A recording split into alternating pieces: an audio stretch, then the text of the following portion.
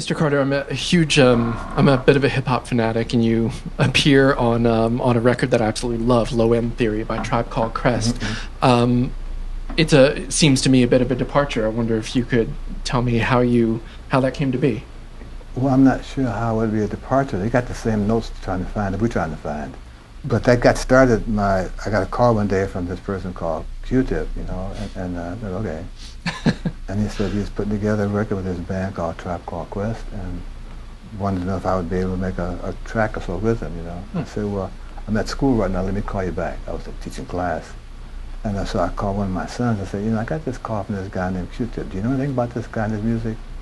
And he recommended that it was a good choice for me, that they wanted me, they must like my sound. And my job was to find the right notes for their poetry. So I called him back and I said, my son recommends I take this opportunity. My saying to you is that I know some of the lyrics of those poems I've heard, and I don't really speak like that, you know? And I'll make you a deal. I'll do this record with you. But if I sense that the language going those ways, my car's parked right outside with a ticket on it. And I'm about to go home. You know? No, man, no problem. Man. I said, okay. So we got to the studio on an appointed time, and I was in their booth. I was in the control room rather than in it itself. Okay.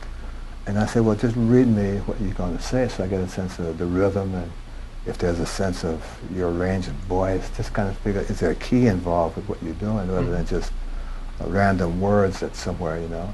And so he read the poem to me, and I said, oh, okay, let me try this. And I think we did 2 or 3 takes, and I thought I couldn't do any more, so I said I have to go, and I left. And what you heard is about the second take of the record, Which is absolutely amazing to me, and it's become this seminal work. I mean, wow. in my mind. So, what I'm curious about then is, was your mindset when you walked into the studio with Q-Tip anything different than when you, say, walked into the studio with Miles? Well, they were all strangers to me, okay. You know, and a genre that was really growing fast. You know, they were on the cutting edge of this kind of attempt to make music and poetry like they did in the old days compatible. And I'd done a couple of records like that, one with a French rapper that did very well, and so I wasn't inexperienced at playing to this kind of library.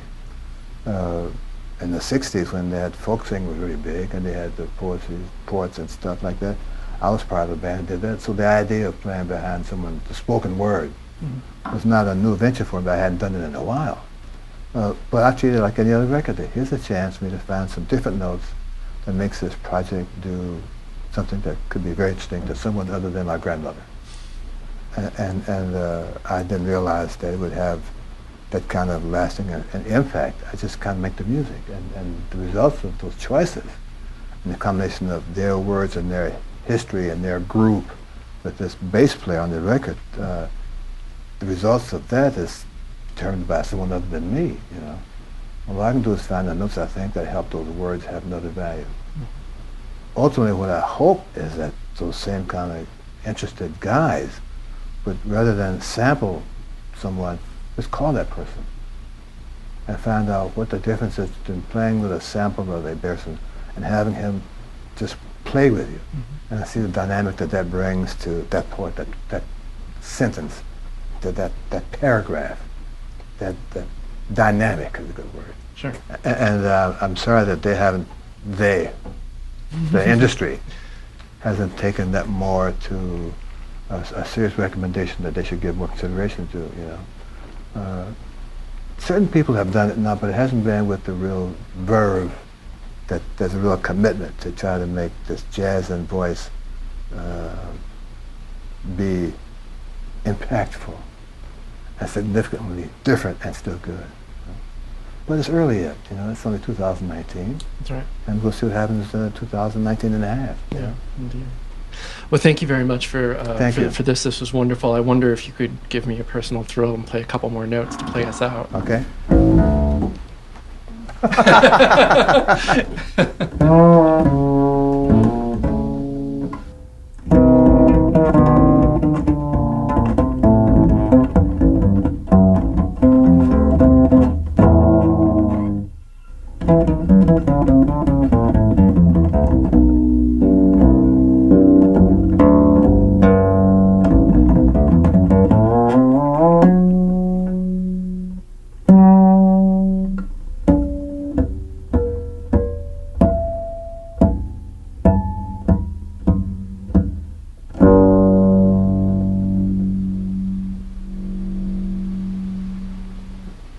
like that stuff, man. Gorgeous. It's all right there. Thanks, Nick, wherever you are. You in there? He's in there somewhere. Yeah, thank you. Thank you, sir. It's been an honor. Thank you. Thank you.